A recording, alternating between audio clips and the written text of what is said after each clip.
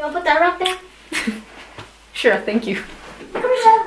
Good morning, y'all, y buenos dias. So for today's video, I wanted to give you guys my tips for how to read more. If you guys are interested in this video, then keep on watching.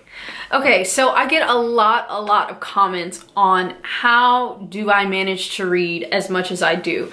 And it's definitely been a work in progress. I've always been a really avid reader. When I was really young, my mom used to fuss me for reading too much, which I always told her, like, that's such a ridiculous thing to fuss me about. There's other kids doing worse things, like, you shouldn't be fussing me. But anyways, so I've always really enjoyed reading, but once I had Luna, it became extremely challenging because you're so much more limited with your time. But I have a couple of tips that work with anyone, whether you have a kid or not. So yeah. So the number one tip is prioritize your time. And like I said, if you guys either have children or have very demanding jobs, this can be an extremely overwhelming thing to even start talking or thinking about. So with Luna, I'm just gonna give you guys what I do specifically. So with Luna, she wakes up at around 6:30, 7 o'clock every day, and we get started with our day. And she takes her nap at around 1:30 and then goes to bed at around 8:30 or 7 o'clock-ish.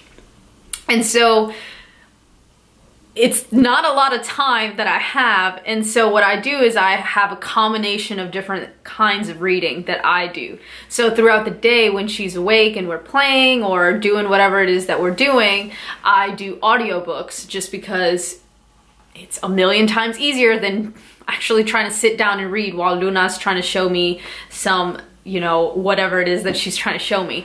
And so audiobooks are really great for that reason. I just put it on, you know, estoy limpiando la casa and I'm just listening to an audiobook, or if we're driving somewhere, audiobook is really great for that. So yeah, so that's what I do. And then when she naps, I read physical books, because that gives me the time to sit down and actually read, because I love doing both. Obviously, like for me, I just like, you know, like holding the book in my hand, but I do ebooks and like physical books as well. And so during the time where she's either napping or she's down for like her sleep at night, that's when I manage to get my book reading time in.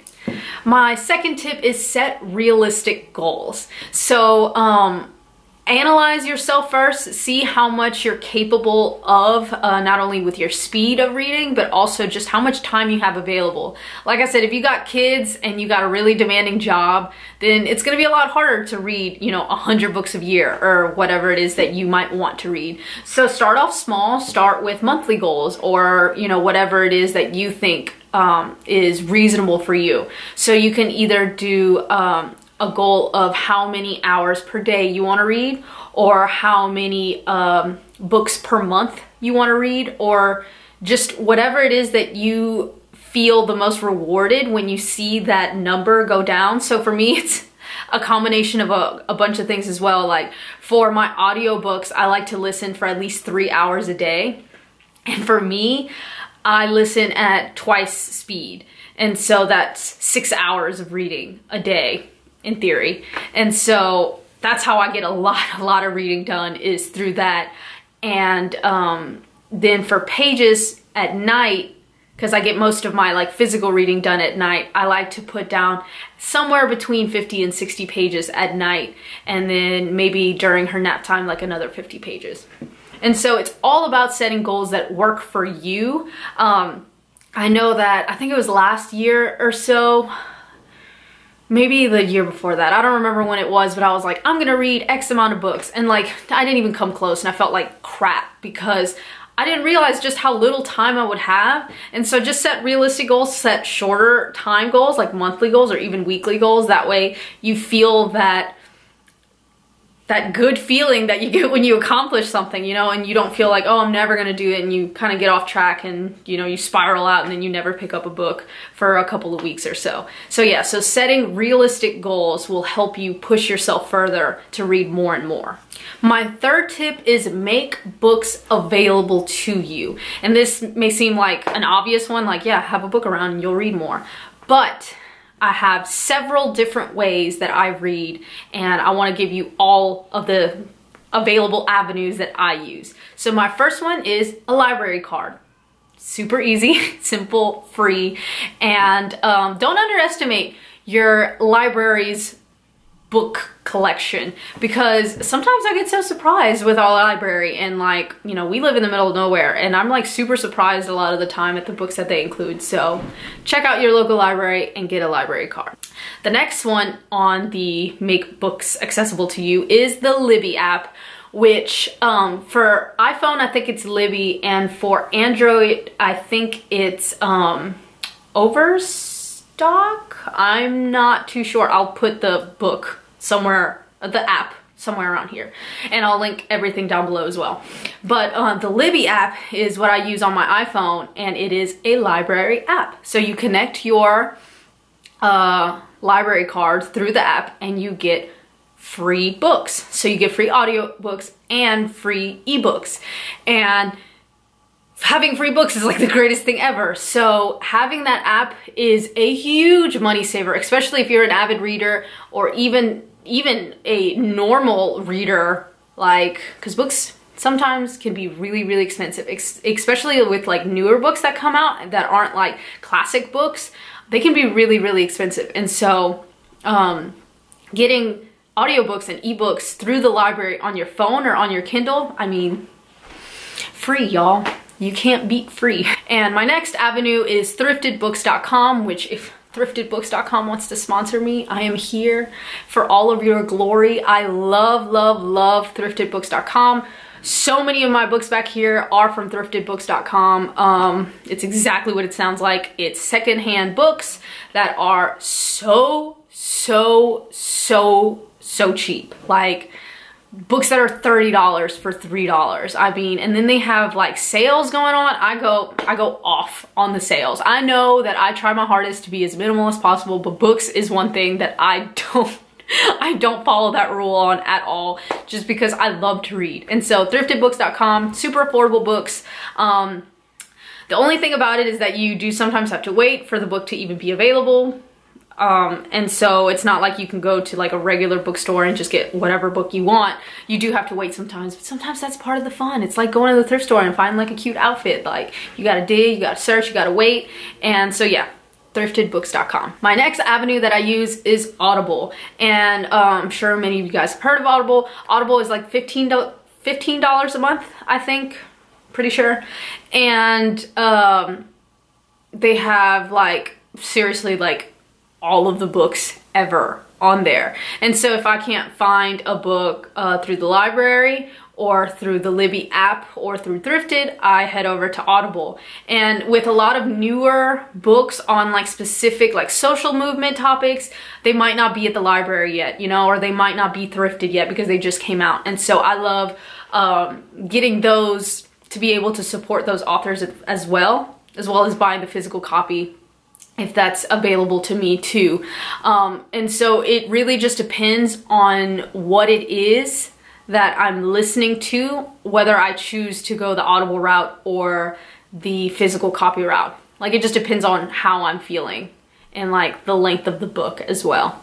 But yeah, Audible is super awesome as far as like with any audiobooks, really great for commutes. So if you have a long commute, you need to be getting on some audiobook game, because you just, I mean, it's just so awesome to be able to listen to books while you're on the go, while you're traveling. I mean, like, I just have my headphones in when I'm in the plane and just be learning all kinds of stuff all the time.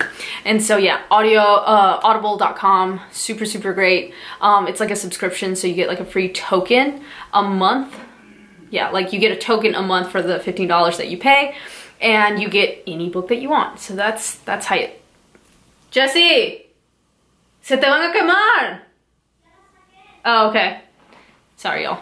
Jessie's cooking. And so you get a token, and with that token, you can get any book that you want.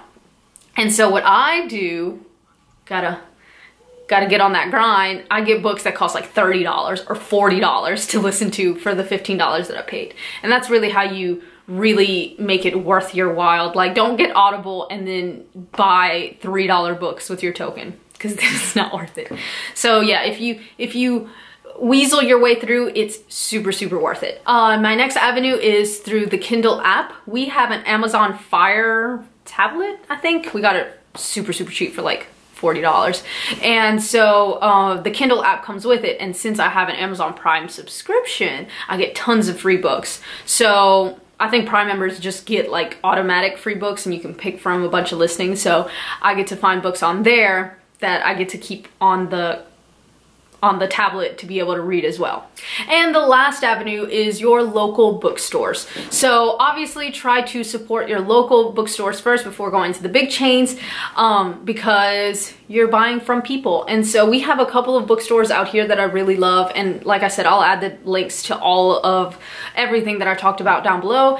But it's one in Colombia, and they have just super, super awesome activist oriented books, and I really love supporting, because not only do they have those books, but they're a nonprofit, which I mean is even more awesome. So just always be on the lookout for stores and shops like that in your area, or even a little bit outside your area, and make a day trip out of it and go and find stuff like that.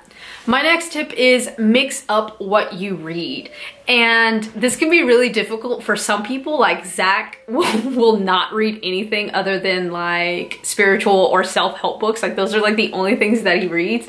And so for me, I like to keep it a little bit more varied. So I do a lot of history books, obviously, but also I like doing a little bit of fiction every now and then just to keep my spunk up, you know, and try to find some positive self-help books, and just some spiritual books, and just a little bit of everything, because if not, I get too bored, I get too stuck on a topic, and then I feel like too satiated in that one topic and I don't want to read it anymore. And so I kind of try to mix it up with parenting books and just like a little bit of everything every now and then. And that way I feel fresh on each topic, and not like, you know, just 1 month of just parenting books, or 1 month of just Central American history books. And so just to keep it a little varied and a little bit different for me. My next tip is always have your reading material with you, whether that's your phone for the Audible or Kindle or LIBBY app, or whether that's your tablet that you read off of, or whether it's your physical book. Always have your books on you, because that way whatever moment that you have, you'll be able to read them. My next tip is don't finish a book if you don't like it. A lot of us, I used to have a terrible habit of doing that. Like I would start a book and it's like, oh, you know, it's okay, maybe it'll get better, and I'll keep reading it, and it's like, man, this is terrible and I don't feel like finishing. So I'll get like halfway through the book and I'm just like, reading so slow because I don't feel like reading it, and I feel like I'm just like sitting there agonizing to finish this book so I can start reading one that I actually want to read. Don't do that. If you're significantly into the book and you're like, okay, this is like, I don't feel like reading it, just put it down. Put it down, return it, you know, give it as a gift, donate it, whatever it is, sell it.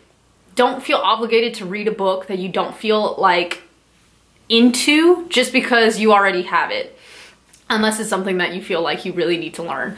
But if it's something that's just super boring to you, just start on the next book. Don't waste your time reading a 600-page book on something that isn't something that's sparking something in you. So just put it away, get on to the next book. And my final tip is read. Read every chance you get. The more you read, the faster you'll get. And the more you'll get into it as well. Zach was someone that really wasn't into reading at all. And then I was like, man, you just need to find the book that you want to read. Like, it's like saying you don't like a certain cuisine when you have never tried every single thing from that cuisine. You just gotta figure out what it is you do like. And so Zach would read like fiction books and he never got into them, but now that he likes to read his spiritual and self-help books, like he's super into them and will read them. And so just by having that and just continuously working on it, you get better, and then it's easier, and then you want to do it. And so just read every chance that you get and you will read more. So that is it for today's video. If you guys have any comments or questions, please leave them down below. Tlazocamahti for watching, and I'll talk to y'all later.